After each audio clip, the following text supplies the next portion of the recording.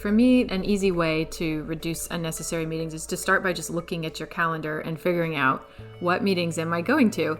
I always recommend just jot it down, look at your calendar. Are you going to one-on-ones and stand-ups and syncs, and just write it all down and then just kind of reflect for a second.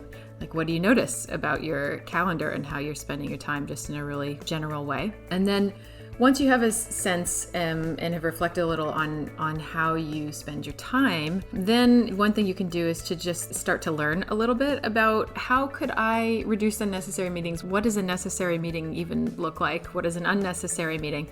Reasonable people can disagree on, which are necessary and which are unnecessary. But at Dropbox, we try to keep meetings to the 3Ds, and that means important decisions, important debates, and discussion. So stuff that needs you and somebody else to be together to really hash something out that's difficult.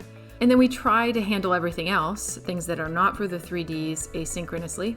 And those include things like status updates and FYIs. If it's just a piece of information, you can try to do that over email or in a doc.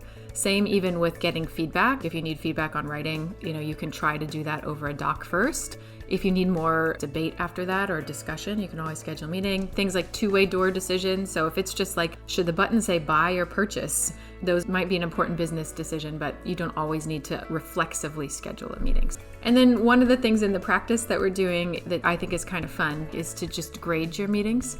So once you know what's meeting worthy, you can sort of look at your meetings and go, which of my meetings are for the 3Ds and which of them are not. We have a little scorecard. And all you got to do is you just look at those meetings you jotted down. And then you say, well, what kind of meeting is it? Is it a team weekly? Is it a team monthly? Is it an all hands? And then finally what we do is we can do a meeting cleanse. You could take the plunge and start to cut meetings that are not for the 3Ds. We also recommend taking a minute to check in with yourself in a month or two. Like, how's your new schedule working when you cut things out? Are you finding that you have more time to focus? Are you finding that you have more time for deep work, strategic work, whatever it is that's most important for you?